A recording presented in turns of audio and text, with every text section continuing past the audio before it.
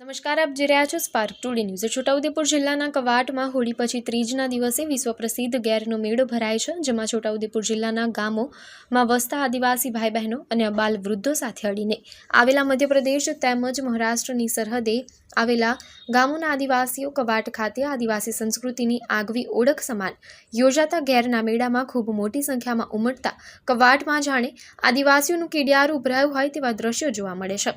અહીં ત્રણેય રાજ્યોના આદિવાસી લોકો પોતપોતાના આગવા પહેરવેશ પહેરી માંદલ મોટા ઢોલ પીહાના તાલે પોતાની આગવી શૈલીમાં નૃત્ય કરી ગેર ઉઘરાવતા હોય છે।